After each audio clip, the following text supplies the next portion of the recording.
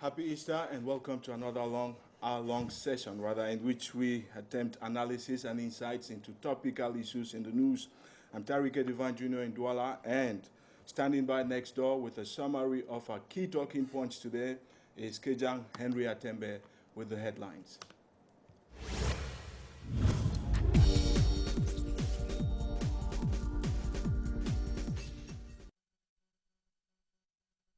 Tembe is supposed to be giving us a summary of our key talking points today.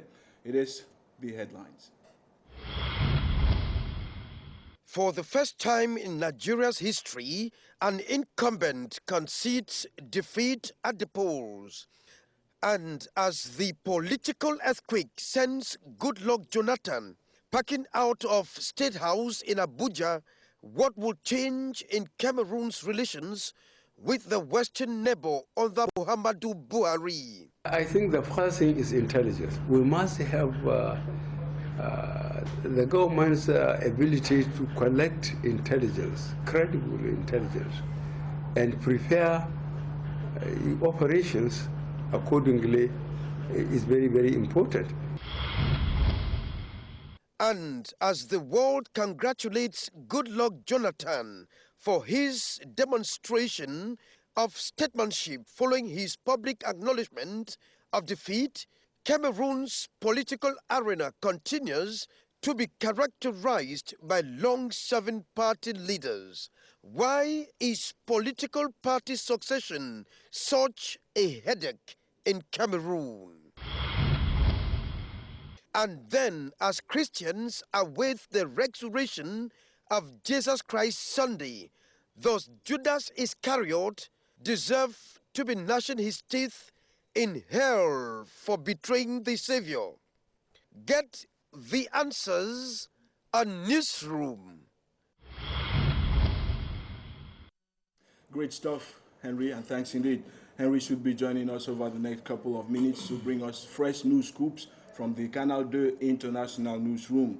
Elie Smith, welcome. Thank you very much. It's a pleasure. It's a pleasure to have you on board once again. Sure. In September of 2014, you were bundled up and then dumped out of neighboring Congo, Brazzaville. Yes. Am I correct? You are very correct. Just for doing your job as a journalist? Exactly. It's quite a shame for the Republic of Congo because they seem to have had a very good impression, a very good image as far as the freedom of the press is concerned. But to my greatest dismay and that of all others who really admired what was going on in Congo, in reality, most of those dictatorial countries don't like a journalist who is independent-minded, who is not attached to any syndicate of whatever sort. So I'm the kind of that journalist who doesn't submit and who is not attached to anybody or to any type of syndicate whatsoever. I think that's the reason why I was expelled from Congo, and I'm very proud of what I have done over there, and I can do it again if I'm given the opportunity to. I was looking at some notes published by the Committee to Protect Journalists, CPJ, last night, and I understand that you worked at the time for NTV, which belongs to a brother to President Denis Sassou Nguesso. Yes, he's the lone surviving brother of the President of the Republic of Congo. His name is Maurice Nguesso. He's the elder brother to the President of the Republic. And as far as Sassou Nguesso is concerned, I know him very well. It is a family, but I think in life, people need to have the courage sometimes to forfeit the pleasures and the securities of wealth, and then they take the side of the masses. I think so. The police actually accused you of committing several acts of subversiveness or subversion, if you don't mind, and they banned you from returning to Congo. Have you been attempting to go back? Well, they have asked me to come back, but I am reconsidering it. I will not go back to Congo as far as I'm concerned right now. I'm going to go back to the United States, then go to Peru, go and meet my children and my family. But upon my return, I'll go back to France, and I will see if I'm going to go back there. But I think the accusation of subversion is baseless and unfounded in any serious country in the world. You were reporting opposition activities? Yes, Is that subversion? It's not subversion. Is it subversion to report opposition activities? No. It is subversion to say within the police there's no respect of human rights. I think no. I think the police had nothing to say. It is simply because they just wanted to have a kind of a justification of their atrocious act. That's why they said, they put forward that attitude, and it is a shame. It's a shame for Congo. It's a shame for the police force of Congo in particular. Thanks once again for coming. We have lots and lots of time to discuss lots and lots of more issues on Newsroom this Saturday. Prince Afuakam, good to have you. Thank you. Thank you very much. Your real name is Tubo Martin, am I correct? Yes, Tubo stands for someone who has two heads. You don't have two heads? I have two heads. I see only one. Well, another one is... But in any case, over the years, you've been changing sobriquets or nicknames. I know some time ago you were called Bobe Yerima. Another time you were known as Tamanjong himself. Now Prince Afuakam. Why do you keep on changing your names? No, I'm not changing names. I'm moving from one nickname to another. Why is that so? Not changing. Why is that so? Prince Afuakam, Right. Bobe Yerima Afuakam. At times I prefer to be very natural. And that is why Bobe comes in. Bobe means someone who is already up there. Okay. Yes, who is already up there. And then Tamanjong, we know what Tamanjong is. Tamanjong is a messenger. Okay. Yes, and that is just what I'm called to do. In fact, as we speak, images of the video clip you did for Femme Rural keeps on flashing through my mind.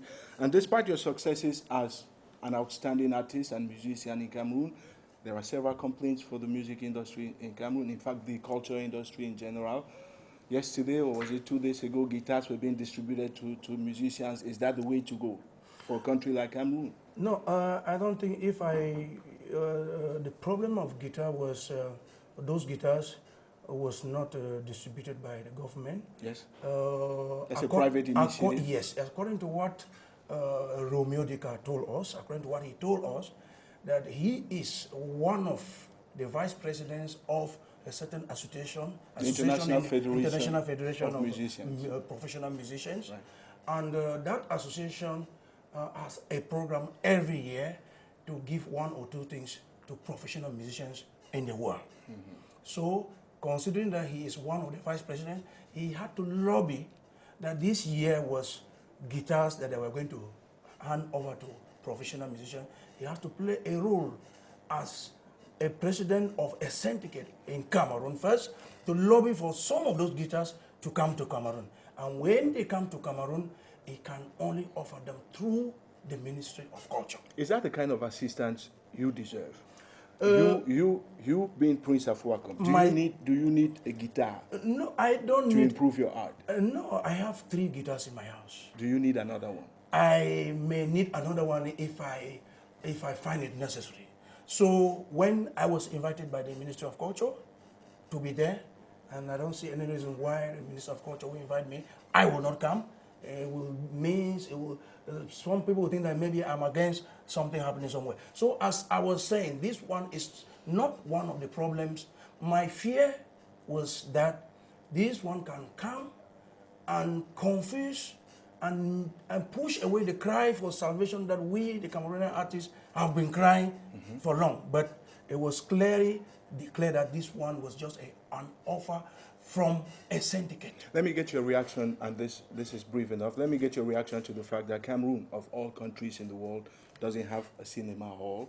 We don't have cultural halls. How does it impact on your business, Well, on your occupation as a musician? Yes, we are using now the what they call Palais des Sports and the conference center in Yaoundé as show halls, which are not show halls. They were not intended for... They were not yet made for that kind of occasion. In those days, we used to have cinema halls which we could manage and put up a show there. And let me tell you, in some other countries, all these structures are being put up by business people. They're not being put up by government. They're being put up by business people. But how can a businessman now invest in putting up a cultural hall in Cameroon? Now, the fear will be that he will be overtaxed. All right. Yes, he will be overtaxed. So they feel very reluctant in putting in a cultural hall. Just take for instance, like the autoros that we used to call. That is for me, I don't see that is the duty of government. A private person can put up an autoroute from Yaoundé, Douala, and put a toll gate. Right. But I'm afraid that there was a time a political party came up and revealed its program that was one of Its the agenda. Yes. Right. So they exploited it, and immediately put a toll gate on the road, and you'll be using bamboos or sticks, which is not the railway of a toll gate or a autoroute should be built by a company and collect his money after some time and before handing it over to the government. That's the So policy. in private, that is the realm of private, yes. Economics called build, operate, and transfer. Yes. Malimu Bandolo, the Pan-Africanist, welcome. Thank you. What are you currently researching? I'm much more concerned with the happenings in our country and in Africa, All right. particularly. And there's so much. I mean, basically, we're looking at the problem of terrorism, which is now becoming a contemporary A major problem, headache for yes, many for countries most- across the world. Most regions and most countries in Africa. I want to say that we're right here, we're having a war right now with Boko Haram, and so it's at our doorstep. Now, as we speak, there's a joint ECOWAS. ECOWAS is the Economic Community of West African States, and ECAS is the Economic Community of Central African States. Experts from those two blocs are currently meeting in Douala with the intention of planning ahead for a ministers' meeting in next-door Equatorial Guinea in the days ahead. That meeting comes within a particular context. Over 300 Cameroonians and Malian nationals were recently bundled up and dumped out of Equatorial Guinea. The question I'm leading you to is regional integration a possibility in Central Africa? Yeah, I mean, it's going to be a long-awaited development because if you look at the way Africa, I mean, the geopolitical nature of Africa, the regions are supposed to structure themselves before we have the mother organization, which is the African Union. Right. But if you look at all the regions, the Central African sub-region is the weakest in all dimensions. Yeah, you see that there you have a lot of wars, there's a lot of poverty, the governance issue, and so many problems. Some people name The xenophobia and protectionism among those reasons. Yeah, the currency issue is a problem. So in all facets of life, the Central African sub-region, in my humble opinion, is actually dragging Africa behind. So in other words, are you of the opinion that Cameroon could well pull out of the CIMAC bloc and then, survive on its own? Is it possible? No. Are you sure Cameroon is not also a problem? You're telling me. So it's not pulling out. They are geographically located within the Central African sub-region, though part of it is in West Africa. But we must understand that a larger part of it is in Central African sub-region. So what I like to suggest is that Cameroon's leadership should contribute positively for some degree of movement to be facilitated.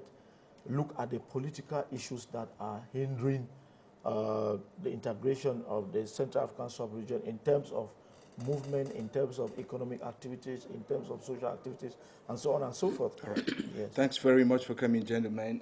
Let's take a break now and then engage a back pedal to revisit what the paper said this week in press review.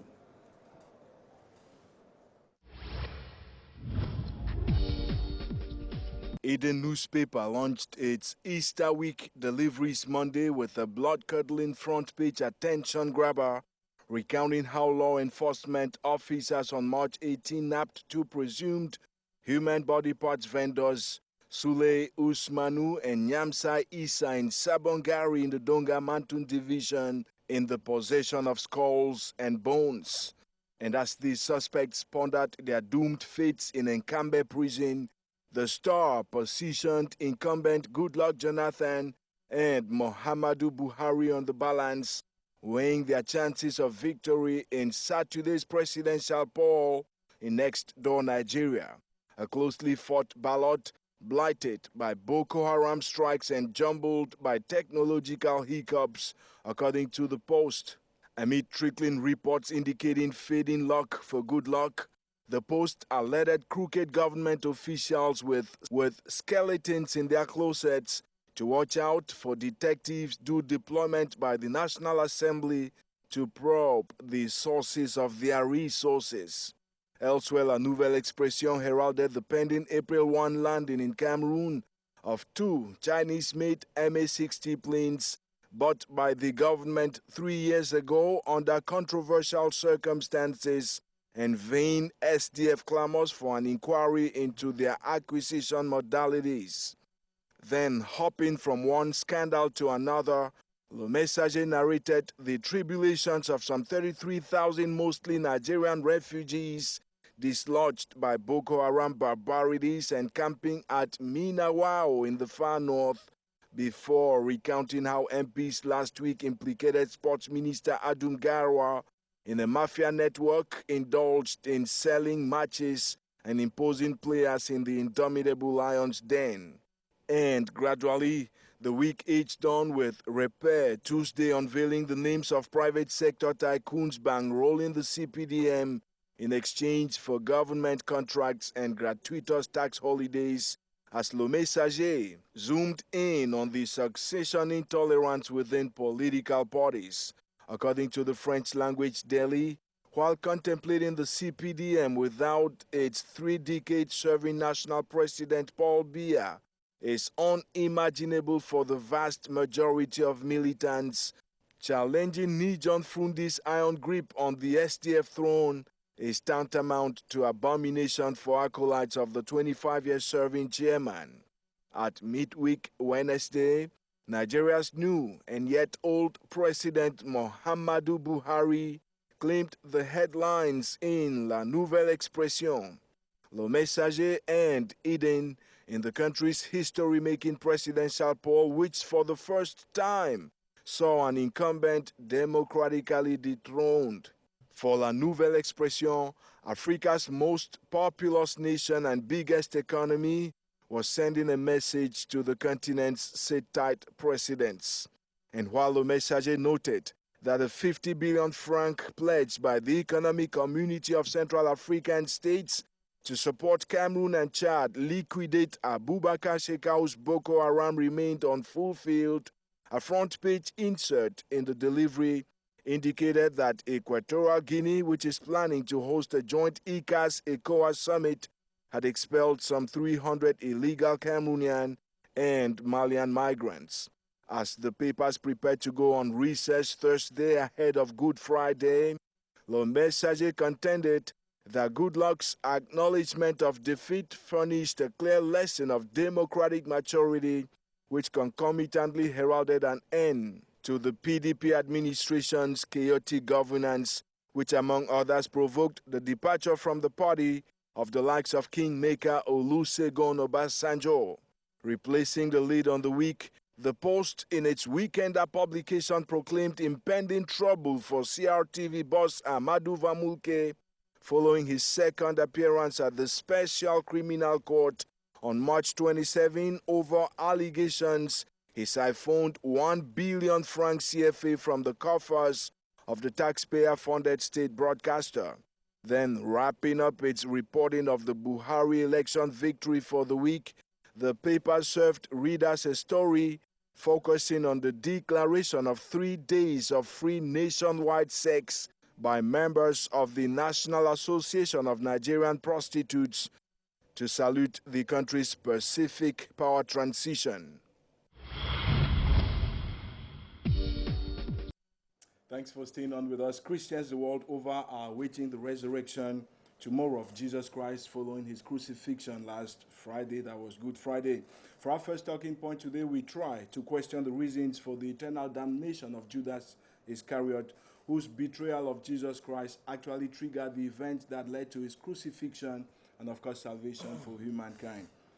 Elie Smith, without Judas, we will be eternally damned.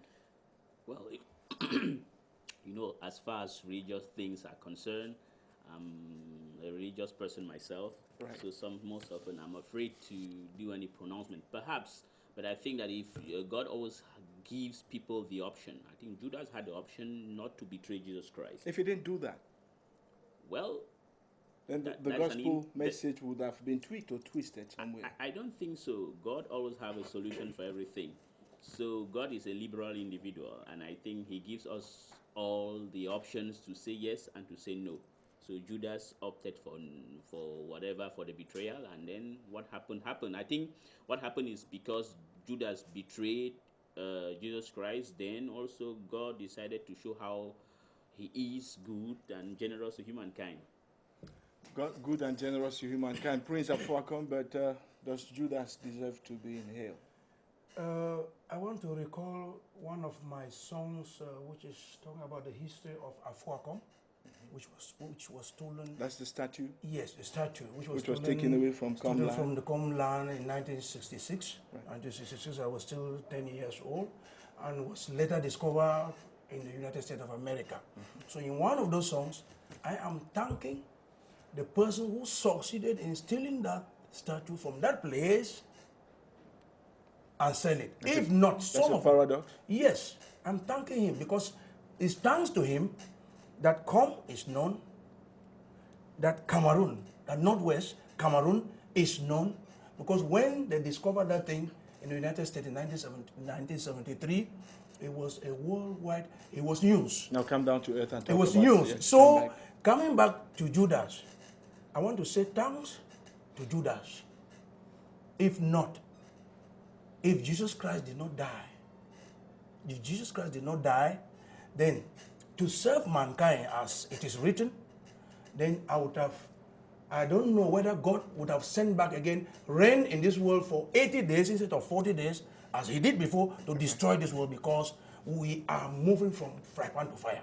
Malimu, in John 6 verses 64 and as well as Matthew 26 verses 25, Jesus says he actually foresaw his betrayal.